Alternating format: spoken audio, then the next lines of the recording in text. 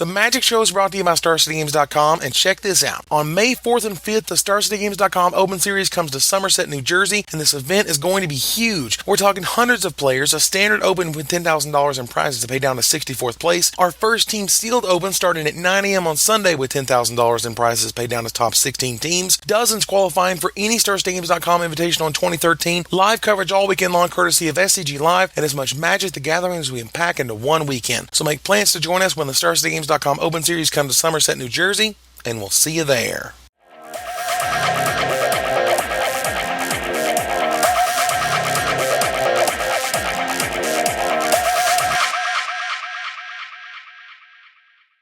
Hello everybody and welcome to another edition of the Magic Show. Now this week we're back at it with our last Dragon's Maze spoiler show before the complete set review, and well, I'll just tell you, this set feels a lot like Future Sight. Now why? Because it's packed to the gills with powerful cards, just like that set was. A set whose sealed box costs $500 these days. You know what other set this one reminds me of? Worldwake, whose sealed box costs $500. Because why? Because this is Zach Hill's swan song, and he put the pedal to the floor. Well, let's discuss. Now first up, I want to talk about voice of the best hate bear of all time, not close, I mean Resurgence. You know, when I think of a hate bear, and the best out there, I think of Thalia, Garden of Thraben. Seen in 96% of powered cubes, she is awesome. Other sweet hate bears, why there's Gaddock Teeg, which importantly hated on Cryptic Command back in the day, but was usually killed by a Slaughter Pact. Anyway, my point is, this card gives a serious middle finger to blue decks of all kinds. You know that popular blue-white-red flash deck? Yeah, more like blue-white-red sorcery speed deck. And Esper really wants to play Devour Flesh on your turn, so you get an elemental to sacrifice? I don't think so. Snapcaster Mage is slowed down significantly,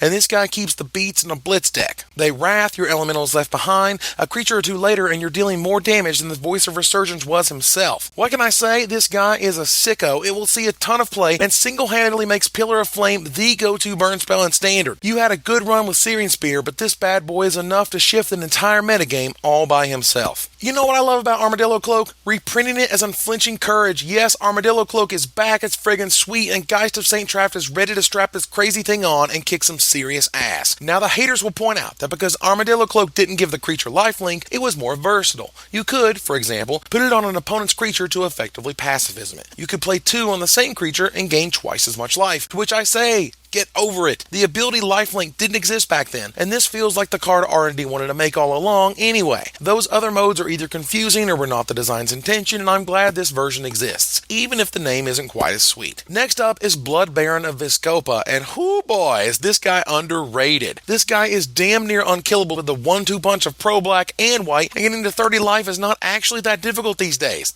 Comparable to Divinity of Pride, let's just say old Blood Baron is a wee bit pushed in that comparison, mainly in that he's easier to cast. Thragtusk exists, so does Restoration Angel, and while filter lands were cool in those days, actual shock lands are way better. And being that Thragtusk and Resto and Blood Baron easily go into the same shell, I'd keep an eye on this mythic. Now next up is an absolute mirror breaker in Council of the Absolute, a card that I feel is not just going to name Sphinx's Revelation, but I agree will do so the majority of the time, but me, I'd rather name Rakdos' Return. Now that's some value. Moving on, they reprinted Chomano Revolutionary, but added a wee sprinkle of badassery. Yes, he slices and he dices. Tajik, Blade of the Supersized Curlies, is indestructible, and I don't know if you remember Konda, Lord of Iganjo, but I do, because I'm old, so let's compare for a second. First of all, 7 mana for a 3/3 indestructible versus 4 mana.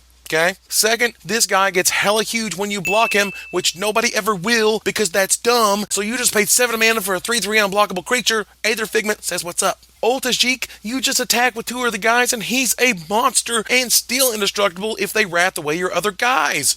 Seriously. But we're not done with Boros. Legion's Initiative is like, it's like, you ever wanted to be a supervillain? Because when you play against the guy who plays Supreme Verdict, you are that supervillain. You say, you know what, guy who plays Supreme Verdict? Here's how it is. You're going to lose, and you're going to suffer. And you're not just going to lose and feel bad. I'm going to beat you senseless and kick you while you're down and steal your girlfriend and pour sugar in your mama's gas tank and ride away unscathed. And then we go to sideboarding. Because it's a scary thing, but this card is not done. This kind of Flicker, Ghostway, Glorious Anthem thing is able to abuse enter the battlefield effects like nothing else. Restoration Angel and Thragtusk and Legion's Initiative on the battlefield with 2 open mana is all kinds of unfair, but trade in Thragtusk for Acidic Slime for the full value. All I'm saying is that this card has potential. Now, speaking of potential, the card that actually made me go, alright, this set is completely ridiculous, is when I saw Notion Thief. Seriously, Wizards, Plagiarize is a card and it was cute, but never actually tournament viable. Now we got this 3-1 flash guy who absolutely demolishes the Sphinx's Revelation player, because despite its awkward templating, if your opponent is not drawing for the turn, you draw all those instead.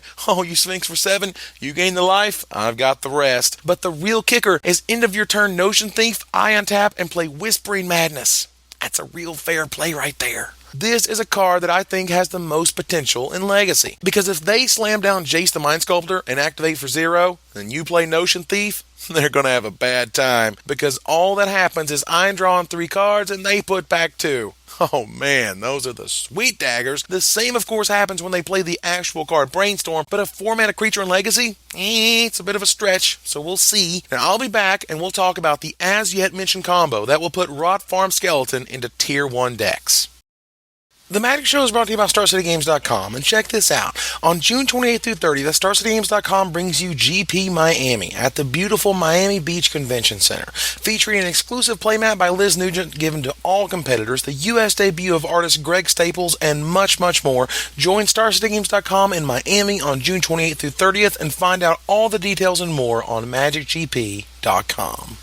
Alright, I was just kidding. Rot Farm Skeleton is a cute limited card. But while we're talking about cards in Tier 1 decks, I can't imagine the Aristocrats not running Sin Collector after Dragon's Maze comes out. A card that combines beats with Castigate, and is of course terrific with Restoration Angel like everything else ever. Sin Collector is another anti-Sphinx's Revelation and anti-Supreme Verdict card to ensure that control is a very hard time in this new metagame. I, for one, welcome our new aggro overlords. Now, Progenitor Mimic is a card that really needed to be legendary. Commander players all over the world mourned as one of the coolest creatures in some time. Basically followed footsteps on a clone thing. Did not have the correct legendary status to allow it to lead their decks to victory. Oh well, it's a real sweet card that should be loved on kitchen tables and commander pods all around the world. Now, Warleader's Helix is next, and honestly, I think it just shows you how absurdly powerful Lightning Helix really is. The original Helix was way stronger than it should have been, and Wizards releases a single damage and a single additional life for twice the price, and it's spoiled by Flores, so you know it's going to be showcased in top tier decks? Yeah, this is the part where you notice the trend of creatures getting better and spells kind of getting worse. Regardless, Warleader's Helix will most often come crashing down on Sire of Insanity if my spider senses are tingling correctly, and otherwise an 8-point life swing is still an 8-point life swing. Up next is Catch and some card you're never casting. Release. Now Catch, however, I like this bad boy a lot. The ultimate threaten is finally here. Zealous Conscripts gave us a show of how amazing threatening a permanent could be, particularly when it's attached to a hasty 3/3. Sure, Word of Season was sweet back in the day, but I like them when they're 5 mana with a body, or 3 mana, like right here. Now, Release is cute and all, don't get me wrong, and perhaps those blue, white, red flash decks might actually fire it off late game, but I think it's certainly the first half of this card that gets people excited, and the rest of the card is largely blank. Now, next we chat Aetherling. Now, boys, girls, tournament players of all kinds, this is the card that you are looking for. If you play Tournament Magic, I literally can't think of a better card in the whole set just for you. This is a Spikety Spikes card with Spike Sauce drizzled all over it. The fact that this card is everything you want it to be in a control mirror is just unbelievably Zach Hill. This is a developer's card, as they like to call them, because it's meant to be a very specialized weapon. If you're playing the Esper on Esper Mirror and you slam down Cavern of Souls and name Shapeshifter, your opponent is going to be none too happy about it. It's also a card you can't slam down on turn 6 regardless of whether or not you have the Cavern. This guy needs to have at least 2 blue mana available so you can dodge the Putrefy or Ultimate Price or whatever your opponent has to stop it, because if you untap with all the mana you needed to play him, it's going to get real ugly real fast. But what if you're fighting those control decks? The hate I've mentioned earlier isn't enough? How about a Super Spider? Currently spoiled as Skylasher. This little guy is awesome. He can't stop the beats, the funk, or do anything about this guy if it's blue. He wears a Rancor just fine and will happily beat through any Augur of Boluses they have on the other side of the table. This guy won't warp any metagames, but he feels just right. Another sleeper I like a lot, Scion of Vitu-Ghazi, a 5-mana 4/4 who makes a bird and populates thereafter. So I end of turn Advent of the Worm, I'll play this guy, and suddenly I have a 4/4, 2/5/5 trampling worms, and a bird? I'm okay with this. It's not quite a Cloud Go Ranger, but it's not far off. Now, speaking of just right, we come to my final spoiler. And I gotta tell you that not only do I love it, it might be one of my favorite Magic cards of all time. Goblin Test Pilot is an almost perfect design. The flavor is amazing. The colors are perfect. The tappability is perfect. And I love its O2 stats. This is a card that instantly divided the community into lovers and haters. The haters see it as pointless, stupid, worthless, and using up an Azette slot unnecessarily. The lovers, such as myself, see it as one of the funnest cards I've ever seen. It's just crazy. What's going to happen with this thing? Who knows? Because with this guy, anything can happen. Just by existing, it's eating up 33% of its effectiveness. But it doesn't matter because this guy is just flying around. He has no direction, and he's liable to kill himself as much as he is anything else. And you just know there's going to be a situation when your opponent is at 2, swinging in for lethal, and there's Goblin Test Pilot, just waiting to be awesome, and will probably screw up spectacularly in the process. This card is fun, just silly, ridiculous fun, and I love it. But remember when I said it's almost perfect? The only thing this card really needed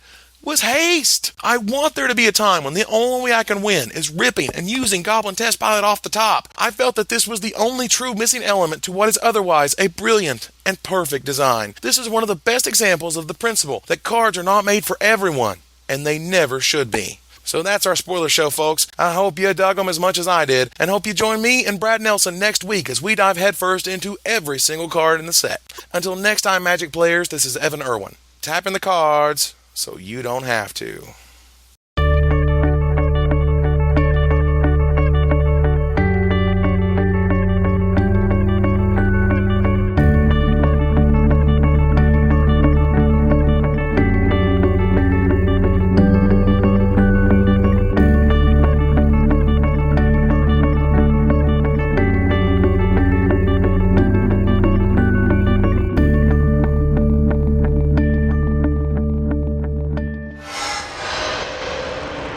Always like the fatties.